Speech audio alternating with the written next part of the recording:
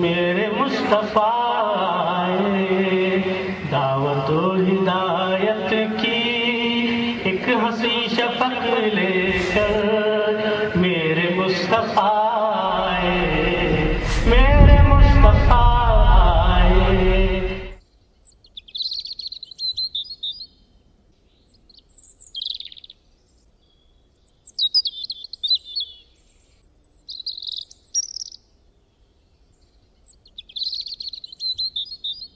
بسم اللہ الرحمن الرحیم۔ ناظرین السلام علیکم ورحمۃ اللہ وبرکاتہ۔ سیدھی بات چینل کے ادبی پروگرام فکر و فن شعر و سخن میں آپ کا خیر مقدم ہے۔ میں ہوں عزیز بیلگامی اور فکر و فن شعر و سخن کی قسط 99 کے ساتھ آپ کی خدمت میں حاضر ہوں۔ اس سے پہلے کہ آج کی ہماری مہمان کا تعارف کرایا جائے، ہمارے اپنے چند مصرے ناظرین کی خدمت میں پیش ہیں جن میں ان اوصاف کا تذکرہ ہے جن کی ایک جھلک آج کی ہماری مہمان کی شخصیت میں نظر آتی ہے۔ عرض کیا ہے، کون پیکر ہے انسانیت کا یہاں، کون ہے ہر زمانے میں اعلیٰ صفت، کون پیکر ہے انسانیت کا یہاں، کون ہے ہر زمانے میں اعلیٰ صفت، جس کو دنیا سمجھتی ہے عورت وہی صنف نازک ہے معمار انسانیت۔ اس کی کاوش سے تہذیب بنتی بھی ہے، اس کی سازش سے دنیا بھٹکتی بھی ہے، اس کی کوشش سے فطرت سنورتی بھی ہے، اس کی لغزش سے عصمت بکھرتی بھی ہے۔ یہ اگر راہ حق پر رواں ہو تو پھر کیوں نہ اولاد آدم وہ اعلیٰ صفت، جس کو دنیا سمجھتی ہے عورت وہی صنف نازک ہے معمار انسانیت۔ چاہے عثمان ہوں، چاہے صدیق ہوں علی مرتضیٰ یا عمر کیوں نہ ہوں، عائشہ ہوں، خدیجہ ہوں یا فاطمہ، ان کی کوشش سے دین جگ میں قائم ہوا۔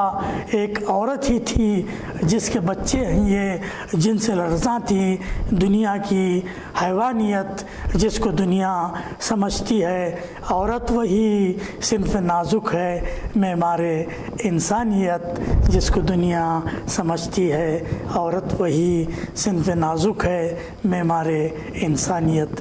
جی ہاں ناظرین، جس معمار انسانیت خاتون کی میزبانی کا آج ہمیں شرف حاصل ہو رہا ہے، ان کا نام ہے محترمہ تشکیلہ خانم صاحبہ، جو خانوادہ حمید خان کی چشم و چراغ ہیں اور محترم اکرم اللہ شریف صاحب کی اہلیہ محترمہ ہیں۔ ان کا تعلق اگرچہ داونگیرے کے قریب ایک چھوٹی سی مگر مردم خیز بستی کریبلچی سے ہے، لیکن ان کی سعادت آگی کارکردگیوں کا دائرہ کار پوری ریاست میں پھیلا ہوا ہے۔ میری مراد ہے کرناٹک ریاست۔ وہ ایک سماجی خدمتگار ہیں اور خاص طور سے ہمارے معاشرے کے خاندانوں میں پھیلے ہوئے خانگی و ازدواجی مسائل کے کامیاب حل کے لیے کونسلنگ فرماتی ہیں، اور جو خاندان یا گھر ٹوٹنے کے کگار پر ہوتے ہیں ان کو بچانے کی ہر ممکن صحیح فرماتی ہیں۔ الحمدللہ محترمہ تشکیلہ صاحبہ نہایت ہی عمدہ تقریر فرماتی ہیں، ملت کی نوجوان بچیوں کی تربیت و تزکیے کے قیمتی کام میں مسلسل مصروف رہتی ہیں۔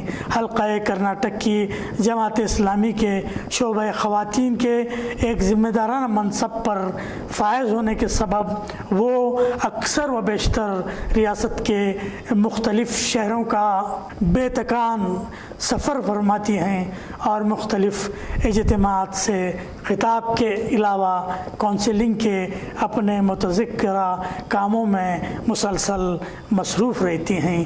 آئیے ان سے ایک گفتگو کے ذریعے ان کے تجربات سے استفادے کی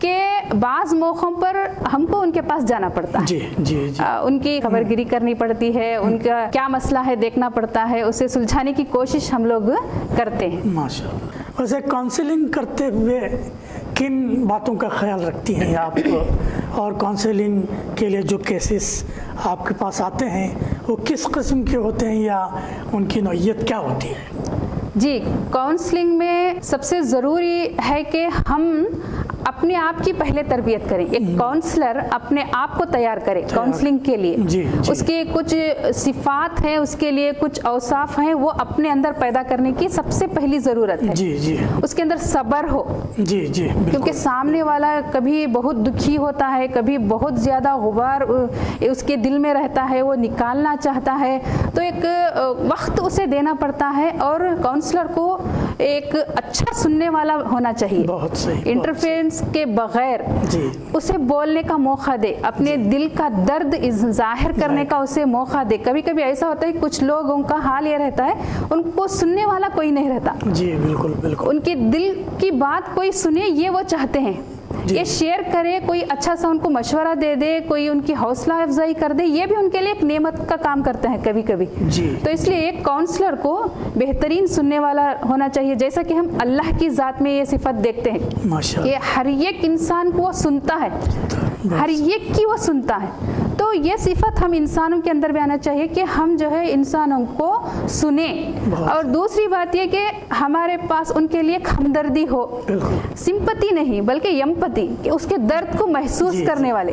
ہمیں اپنے آپ کو ان کی جگہ رکھ کر دیکھیں, ان کے مسئلے کو سمجھنے کے لیے. جی جی. تو اس طرح سے بہت ساری اس کے لیے خوبیوں کی ضرورت ہوتی ہے. مین چیز کاؤنسلنگ میں کاؤنسلرز کے لیے ضروری ہے کہ وہ سننے کے بعد اپنا کوئی فیصلہ ان کو نہ سنائے, بلکہ کاؤنسلنگ کا مقصد یہ رہتا ہے کہ سامنے والے کو اتنا ایجوکیٹ کرے کہ وہ اپنے مسئلے کو سمجھ کر پازیٹیو نیگیٹو چیزوں کو دیکھتے ہوئے اپنی زندگی کے لیے خود فیصلہ کرے. تو اس طرح سے ان کو آگاہی ان کے اندر پیدا کرنا, ایک بیداری لانا مقصد رہتا ہے. اور اس میدان میں ہم دیکھتے ہیں کہ کئی طرح کے کیسز آتے ہیں. اس میں زیادہ تر جو ہے میاں بیوی کی تکرار کے کیسز ہوتے ہیں. بات زیادہ کوئی گہری بہت بڑا ایشو نہیں رہتا ان کے بیچ میں, بہت چھوٹی موٹی غلط فہمیوں کی وجہ سے بھی بات بہت زیادہ بڑھ جاتی ہے. ایسی چیزیں بھی ہوتی ہیں. کبھی کبھی گھر والوں کی وجہ سے مسائل ہوتے ہیں, کبھی ساس بہو کے یا کبھی نندوں کے, اس طرح سے بھی مسائل سامنے آ جاتے ہیں. یا گھریلو تشدد کا معاملہ ہوتا ہے, یا جہیز کی ڈیمانڈ ہوتی ہے. تو اس طرح سے کئی ایک مسائل وہاں پر آتے ہیں.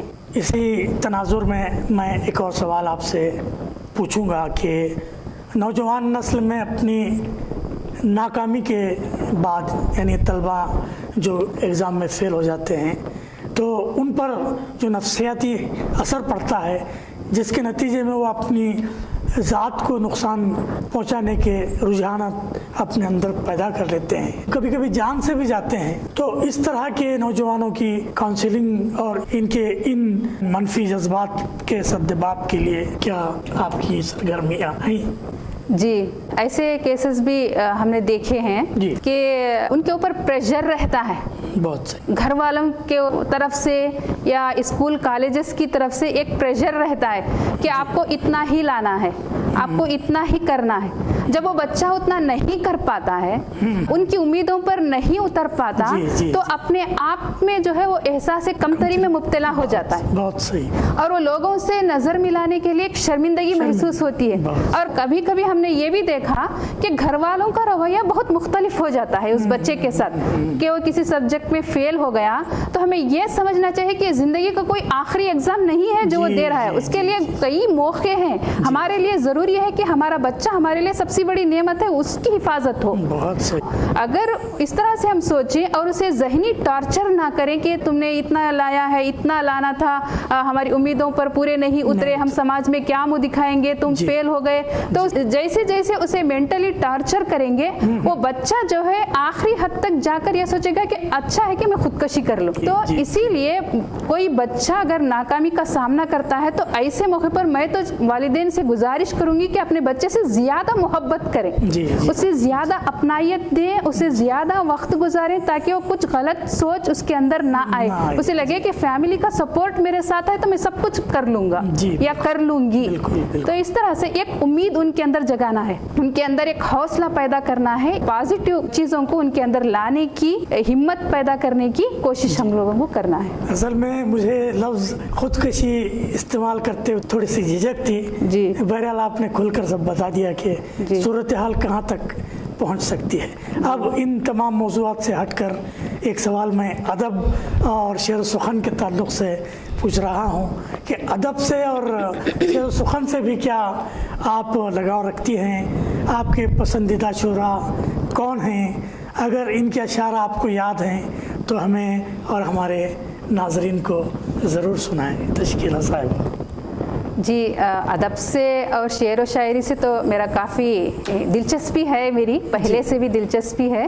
اور جیسا کہ میں نے بتایا کہ ڈاکٹر علامہ اقبال کے اشعار مجھے بہت پسند آتے ہیں. آپ کا شعر بہت پسند ہے, جیسا کہ یہ ہے, یہ امت جس کے ذمے رہنمائی تھی زمانے کی, یہ امت جس کے ذمے رہنمائی تھی زمانے کی, وہی اب غیر کی دہلیز کے آگے سوالی ہے. تو یہ اشعار مجھے اچھے لگتے ہیں اور ویسے کافی اشعار ہیں. تو الحمدللہ. ایک بار مجھے کریبلچی بھی جانا ہوا تھا, یہ تقریباً 30 سال پہلے کی بات ہے, تو وہاں میں نے کچھ شعر پڑھے تھے. غالباً اب بھی وہاں پر ریکارڈڈ شکل میں موجود ہے. جی الحمدللہ. وہاں کے احباب جو ہمارے بچپن میں بھی ہم نے سنے ہیں اور ہمارے اپنے بچوں کو بھی وہ ترانے وہ نظمیں ہم نے سکھائی ہیں. الحمدللہ. الحمدللہ. جی.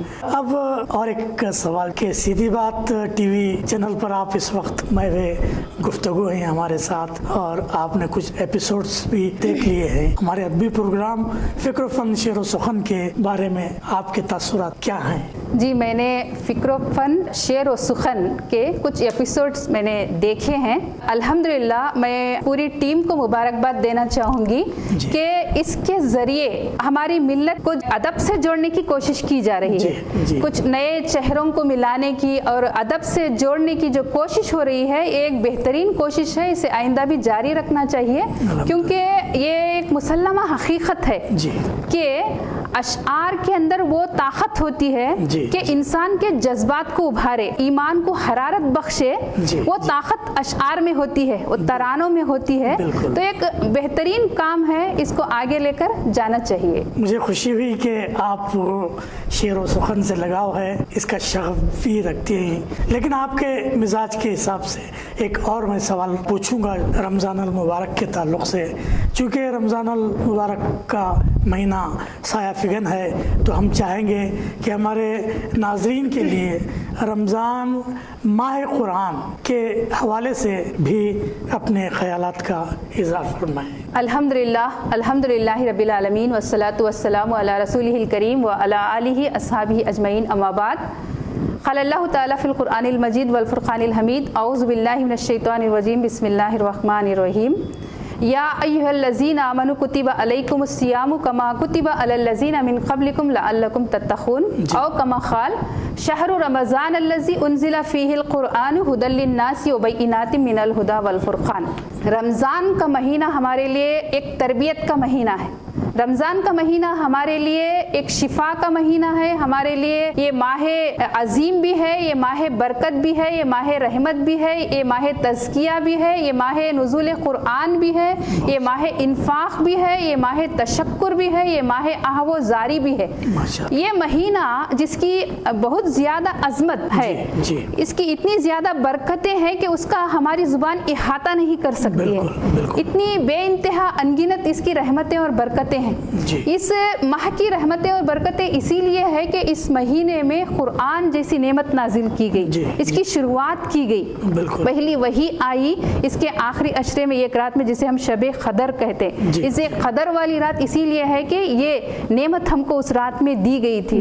اس ایک رات کی عبادت اسی لیے اتنا درجہ رکھتی ہے کہ 1000 مہینوں سے افضل, 1000 مہینوں کے برابر بھی نہیں بلکہ اس سے 1000 مہینوں سے افضل کا ثواب اس ایک رات میں انسان کو حاصل ہو سکتا ہے. اس کی وجہ ہے کہ اس میں قرآن جیسی عظیم نعمت ہم کو ملی ہے, اور وہ عظیم نعمت ہمارے لیے زندگی جینے کا ایک طریقہ بتاتی ہے, بالکل ایک صحیح لائف اسٹائل ہم کو سکھاتی ہے, اخلاق حمیدہ ہمیں دکھاتی ہے, اور ہمارے لیے پیدا ہونے سے لے کر مرنے تک جن اصولوں کی, جن ضابطوں کی, جن قوانین کی انسان کو ضرورت ہے, ان تمام کو اس قرآن میں ضبط کر دیا گیا ہے. اور اسی لیے اللہ تعالیٰ نے یہ فرمایا ہے ہم لوگوں سے کہ اس قرآن پر تمہیں غور و فکر کرنا چاہیے, کیونکہ ہدی للناس کی بات آئی ہے کہ انسانوں کی ہدایت کے لیے میں نے دیا ہے. واقعی اس میں رحمت بھی ہے, شفا بھی ہے, برکت بھی ہے, لیکن اس کے بھیجے جانے کا مقصد یہ بتایا گیا ہے کہ اس کے اندر تم کو نصیحت حاصل کرنا ہے. تو اسی لیے اللہ تعالیٰ نے یہ بھی فرمایا کہ افلا یتدبرون القرآن ام علی قلوب اقفالها, کہ یہ لوگ قرآن پر غور و فکر کیوں نہیں کرتے, کیا ان کے دلوں پر قفل چڑھ گئے ہیں؟ جب تک ہم لوگ اس پر غور و فکر نہیں کریں گے, ہم اس کی گہرائی میں نہیں جا سکیں گے. اور اللہ تعالیٰ نے ہم سے کیا فرمایا, یہ قرآن میں اللہ تعالیٰ ہم سے مخاطب ہے. میں اکیلی قرآن پڑھتی ہوں تو مجھے سوچنا چاہیے کہ اللہ تعالیٰ مجھ سے مخاطب ہے, تو مجھے شوق ہو کہ میرے خدا نے مجھ سے کیا فرمایا ہے. یہ کلام اللہ ہے, یعنی اللہ کی بات ہے, اس میں موجود ہے قرآن مجید میں. تو ہمیں جاننا چاہیے کہ اللہ تعالیٰ نے میرے لیے کیا پیغام دیا ہے, کیا احکام نازل فرمایا ہے, مجھے کون سی راستے پر چلنا ہے, نیکی کیا ہے, بدی کیا ہے, حرام کیا ہے, حلال کیا ہے, اللہ تعالیٰ کے تک پہنچنے کا راستہ کون سا ہے, اور جہنم تک لے جانے والا کون سا راستہ ہے, جنت, دوزخ اور دنیا کے احوال کو اللہ تعالیٰ نے اس میں قید کر دیا ہے, بتا دیا ہے کہ انسان اس سے عبرت حاصل کرے, نصیحت پکڑے. اور اس کے لیے اللہ تعالیٰ نے قرآن مجید کو آسان بنایا ہے, جیسا کہ اللہ تعالیٰ نے فرمایا وَلَقَدْ يَسَّرْنَا الْقُرْآنَ لِلذِّكْرِ فَهَلْ مِن مُدَّكِرٍ, کہ اللہ تعالیٰ نے فرمایا ہم نے قرآن کو آسان بنایا ہے ذکر کے لیے, نصیحت کے لیے. کون ہے اسے نصیحت حاصل کرنے والا؟ اللہ تعالیٰ سوال کرتے ہیں. تو ہم لوگوں کو اس قرآن کریم سے نصیحت لینا ہے, سبق لینا ہے, اور یہ کلام جیسا کہ ہم سے تقاضا کر رہا ہے کہ ہم اس پر ایمان لائیں, اس کی تعظیم کریں, اور جب ہم اس پر پڑھیں, اس کو تلاوت کریں, تو اس کا اثر ہم پر ظاہر ہو. جیسا کہ قرآن مجید میں وہ آیت بھی ہے انما المؤمنون الذین اذا ذکر اللہ وجلت قلوبہم واذا تلیت علیہم آیاتہ زادتہم ایمانا. سچے اہل ایمان تو وہ لوگ ہیں جب ان کے سامنے اللہ کا ذکر کیا جاتا ہے تو ان کے دل لرز جاتے ہیں, اللہ کا ذکر سن کر ان کے دل کانپنے لگتے ہیں, اور جب ان کے سامنے اللہ کی آیات تلاوت کی جاتے ہیں تو ان کا ایمان بڑھ جاتا ہے. تو جب ہم قرآن پڑھتے ہیں تو ہمیں سوچنا چاہیے کہ یہ کیفیت ہم پر طاری ہو رہی ہے کہ نہیں ہو رہی ہے. نہیں ہو رہی ہے تو اللہ تعالیٰ سے ہمیں دعائیں کرنا چاہیے کہ ہمیں وہ درد مند دل دے دے, ہمارے دل کو نرمی عطا فرمائے کہ یہ قرآن کے الفاظ ہم پر اثر کر سکیں, کہ ہم اپنی اس زندگی میں اسے اتار سکیں, ہماری اپنی زندگی کا اس کو ایک حصہ بنا سکیں.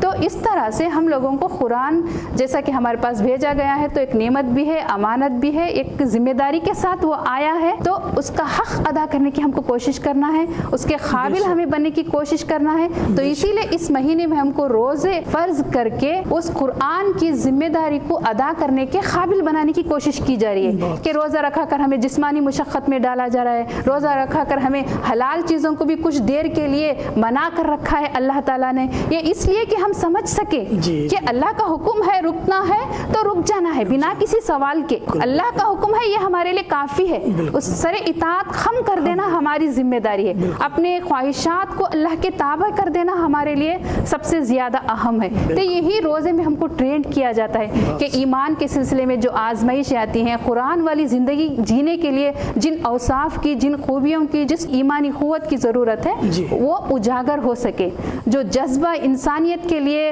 ہونا چاہیے, خدمت کا جو جذبہ ہونا چاہیے, کیونکہ اسلام یہ نہیں سکھاتا کہ صرف اپنا پیٹ دیکھو, اپنا گھر دیکھو, انسانیت کی خدمت کا ایک سبق ہم کو سکھاتا ہے اسلام, انسانیت کی طرف, سماج کی طرف. تو وہ تمام خوبیاں رمضان کے ذریعے سے ہمارے اندر پیدا کرانے کی کوشش کی جاتی ہے.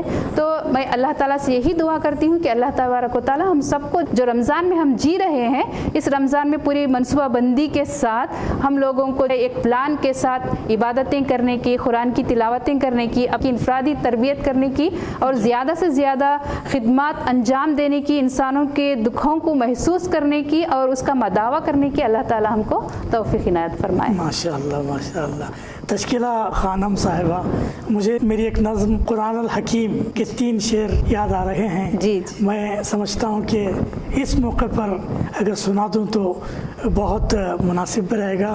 فکر و فن شعر و سخن پروگرام کے حوالے سے یہ 3 شعر میں پیش کر رہا ہوں کہ نطق کو جرت اظہار صداقت دیجیے، نطق کو جرت اظہار صداقت دیجیے، اپنی آواز کو الہام کی طاقت دیجیے، اپنی آواز کو الہام کی طاقت دیجیے، کس لیے آج بھی ریشم کے غلافوں میں رہے، کس لیے آج بھی ریشم کے غلافوں میں رہے، یہ امانت ہے زمانے کی امانت دیجیے، یہ امانت ہے زمانے کی امانت دیجیے، چھن گیا آپ سے دنیا کی امامت کا مقام، چھن گیا آپ سے دنیا کی امامت کا مقام، اپنی نسلوں کو کم از کم یہ سعادت دیجیے۔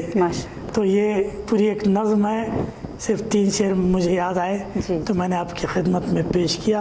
آپ نے بہت ہی بہترین پیغام قرآن مجید کا لوگوں کے سامنے پیش کیا ہے، لیکن آخری سوال میں چاہوں گا کہ فیملی کونسلر کی حیثیت سے آپ کے جو کچھ بھی قابل ذکر تجربات ہیں ان کی روشنی میں آپ مسلم و غیر مسلم فیملیز یا خاندانوں کو کیا پیغام دینا چاہیں گی؟ جی، اس موقع پر میں اپنے مسلم فیملیز کے لیے، خاندانوں کے لیے یہی پیغام دینا چاہوں گی کہ ہمارا جو خاندانی نظام ہے، اسلام کا دیا ہوا جو خاندانی نظام ہے وہ بہت پیارا ہے، بہت خوبصورت ہے، بہت مستحکم ہے۔ تو اس پر غیروں کی نظر ہے کہ کسی طرح سے خاندانی نظام کو منتشر کیا جائے، تو اسی لیے ہماری کوشش ہونی چاہیے کہ ہمارے خاندانی ادارے جو ہے مضبوط ہوں، مستحکم ہوں۔ تو یہ خاندانی نظام جو ہے 4 پلرز پر کھڑا ہوا ہے، ایک میاں بیوی ہیں، دوسرے والدین ہیں، تیسرے بچے ہیں، پھر رشتہ دار ہیں۔ تو اس طرح سے ان چاروں پر ہمیں توجہ کرنے کی ضرورت ہے۔ اور میاں بیوی جیسا کہ وہ ایک دوسرے کا لباس ہیں، ایک بڑی ذمہ داری ہوتی ہے وہ نکاح کے بندھن میں جب بن جاتے ہیں۔ تو آج کل دیکھا جا رہا ہے کہ کئی ایک شادیاں ابھی شادی ہو کے 2 مہینے نہیں ہوئے ہیں، 1 سال نہیں ہوئے ہیں تو اختلافات ان کے اندر آ جاتی ہیں، خلا طلاق تک ان کا معاملہ 1 سال کے اندر آ جاتا ہے۔ تو ہمیں چاہیے کہ ہمیں اپنے نوجوان لڑکوں کی، لڑکیوں کی پری میرج کاؤنسلنگ کرنی چاہیے، ان کو سمجھانا چاہیے کہ شادی کے بعد ان کے اوپر کیا ذمہ داریاں، کیا حقوق عائد ہوتے ہیں، کس طرح سے ایک نئے ماحول کو ایڈجسٹ کرنا چاہیے، کس طرح سے صبر سے کام لینا چاہیے، کس طرح سے ایک دوسرے کا تعاون کرنا چاہیے۔ تو ان تمام چیزوں کو جو ہے پہلے سے ہی اگر سکھا دیا جائے اور رشتوں کو کرتے ہوئے جیسا کہ اسلام ہدایت دیتا ہے کہ ایک دوسرے کو سمجھنے کا موقع دیا جائے، خیال رکھا جائے، لڑکی سے بھی مشورہ کیا جائے، اس طرح سے رشتے طے ہوں اور اسے نبھانے کی کوشش ہو اور خاندان والے، گھر والے ایک دوسرے کا تعاون کریں۔ اگر ایک نئی شادی ہوئی ہے، ان کے بیچ کوئی نا اتفاقی آتی ہے تو اسے بڑھانے کی نہ کوشش ہو بلکہ ملانے کی کوشش ہو، کیونکہ اللہ کے رسول صلی اللہ علیہ وسلم ایک مرتبہ فرماتے ہیں صحابہ اکرام کو کہ کیا میں آپ لوگوں کو ایسی بات نہ بتاؤں جو نماز سے افضل ہے؟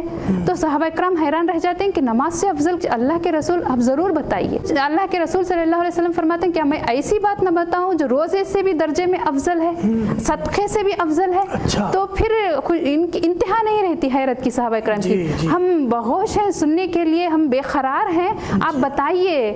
تو اس طرح سے اللہ کے رسول صلی اللہ علیہ وسلم فرماتے ہیں کہ جو 2 لوگوں میں نا اتفاقی ہے ان 2 لوگوں میں صلح کرا دیجیے، تو یہ ثواب آپ لوگ پا سکتے ہو۔ تو یہی کوشش ہماری خاندانوں میں ہونی چاہیے، مسلم سوسائٹی میں ہونی چاہیے کہ کہیں تکرار کا معاملہ آتا ہے تو ایک حکم کی حیثیت سے اچھا فیصلہ کرے، ایک عدل و انصاف کا ان کے ساتھ معاملہ ہو، اچھے مشورے ان کو دیے جائیں۔ تو یہ کوشش ہمارے اگر سوسائٹی کا ہر فرد کرنے لگے تو تو ہمارے سماج کے مسائل انشاءاللہ کم ہوں گے. ماشاء اللہ. محترمہ تشکیلہ خانم صاحبہ، آپ نے بہت ہی بہترین پیغام سے ہمارے ناظرین کو نوازا اور مختلف امور پر ایک ایمان افروز گفتگو سے ہمارے ایمان میں تازگی پیدا فرمائی. میں اپنی جانب سے فکر و فن شعر و سخن کی پوری ٹیم کی جانب سے، سیدھی بات چینل کی جانب سے آپ کا شکریہ ادا کرتا ہوں اور دعا گو ہوں کہ اللہ تعالیٰ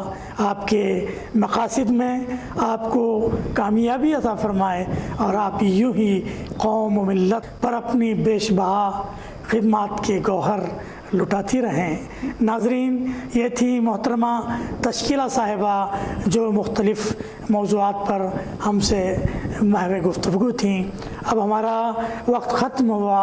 انشاءاللہ کسی اور باکمال شخصیت کے ساتھ ہم پھر حاضر ہوتے ہیں انشاءاللہ. عزیز بلگامی اور محترمہ تشکیلہ خانم صاحبہ کو اجازت دیں. والسلام علیکم ورحمۃ اللہ وبرکاتہ.